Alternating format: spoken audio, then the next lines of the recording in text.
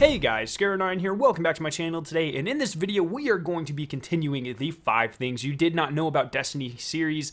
This is going to be the 6th installment of this series for Destiny 2.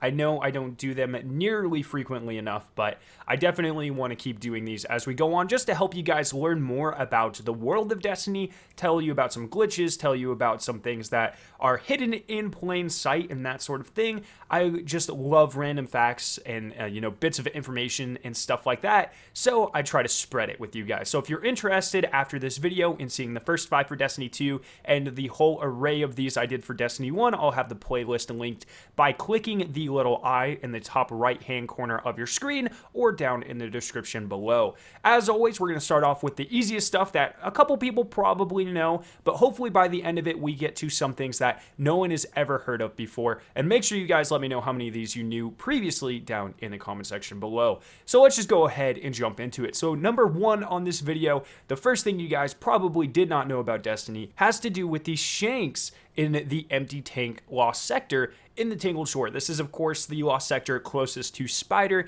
This is famously kind of the lost sector that resembles a nightclub. If you just walk up to the window, you can see like a DJ playing music, a couple bar fights, that sort of thing.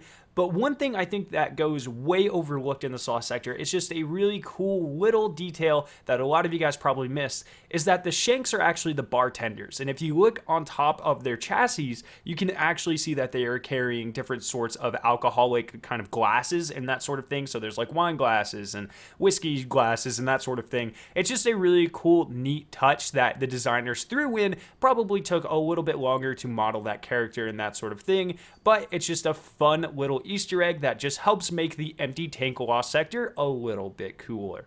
Next, we're going to move on to talking about the Terra. Now, this is probably one of the most underwhelming raid exotics that we've had in Destiny 2, unfortunately. I'm not saying it's bad, but it is completely overshadowed by the Recluse. And because of that, I feel like a couple details about the Terra, specifically in its naming and design, have unfortunately gone overlooked, and I think these things are actually quite cool. As you guys know, anything that ties Destiny into like our real world, I just find fascinating. So the name Terra is actually a Tasmanian folktale talking about the Tasmanian devil and why it looks and behaves the way it does.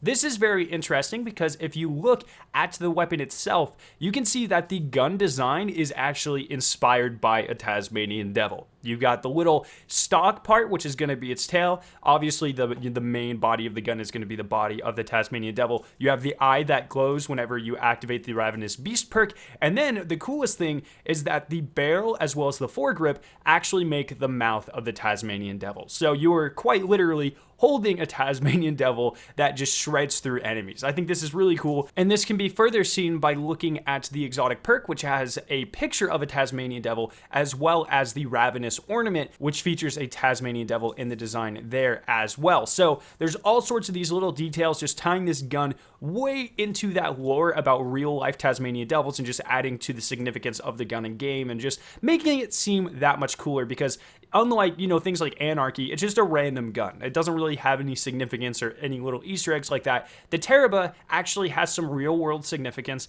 and just, it's one of these things that I love just teaching people about because it adds realism to Destiny, in my opinion. Now in the number 3 slot, we're actually going to be going over a glitch. I believe this could be a game detail, but I don't think so. So the Kel's Grave Gambit map is probably everyone's least favorite. It's very clunky to get around. It's really annoying because there's, those pits of acid and that sort of thing.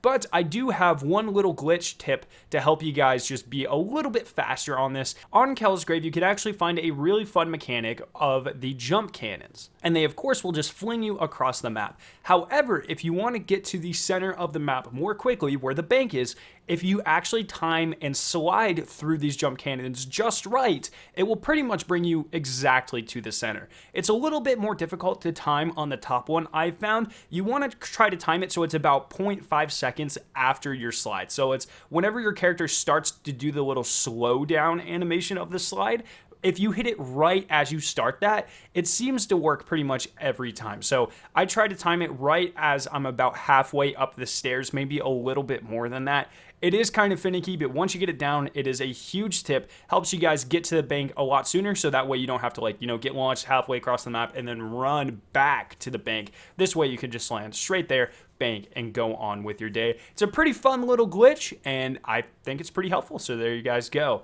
Now in the number 2 slot, we have something to do with the Crown of Sorrow raid. In this raid, there's famously little crystals that have overshields around them. You essentially just have to go up to these crystals and punch them to destroy them. However, there is a way, if you're in a bind or just lazy, to make it so you don't actually have to enter the crystals to destroy them. If you take a grenade launcher, I really like Mountaintop for this. It's a little bit more difficult to do with other explosive weapons. I'm sure it would actually work with rockets as well, but like I said, I like to use Mountaintop. So if you take this and you shoot either the very, very top or the very, very bottom of the sphere that the crystal is in, it will actually do damage to the crystal and count as you punching it. So this way, if you're like halfway across the map, the crystal's about to go off and your teammate needs someone to punch it desperately, you just aim for the top and shoot it, boom, you did a clutch play. Or if you're like me in the jump puzzle and you just hate moving around a lot, you can just, take the vantage point, shoot a bunch of these crystals, and move on with your life. It's a pretty cool little trick,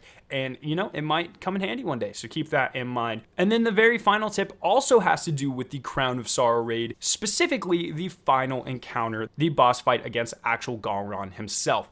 At one point in this raid, you have to destroy his hands when he puts them up, and then it will start the main DPS phase. However, there are 3 giant Galrons all surrounding the arena. 2 of them will disappear during this phase, and you will have to go to the one side to actually do DPS. And this can kind of waste a lot of DPS time, because maybe, you get a little bit confused, you're not sure which one is the real one, or you find yourself on the wrong corner of the map and you have to run all the way across. There's actually a way to tell before you get to this part which one is the real one, and all you need is a weapon with a scope that highlights enemies. So I use Recluse because it's part of my normal raid loadout, but there are absolutely tons of weapons in the game. I think most, if not all, Viced weapons will do it, and then there's obviously other ones as well. But the 2 that glow and have red outlines are the fake Galrons, while the one that has 0 outline at all is the Galron where DPS is going to be for that cycle. So this way you can just get your teammates prepared. You know exactly where you have to run. You can get your last blessing switches in if you need to or anything. But this way there's less confusion. You know exactly where to do DPS. You have as much time as you can possibly get, and it just makes everything flow a little bit smoother. Plus, it's a pretty cool mechanic in the game. So once again, let me know which of these 5 things you did not know down in the comment section below. I hope you guys did enjoy this video. If you did, make sure to leave a like rating and to share it with your friends. If you're interested in watching either of the 2 videos on screen, you can click their respective annotations to be taken to them. If you're brand new to my channel, make sure to the giant version of my logo on screen to be subscribed to more awesome Destiny 2 videos and live streams. Thank you guys so much for watching today, and I'll see you in my next video.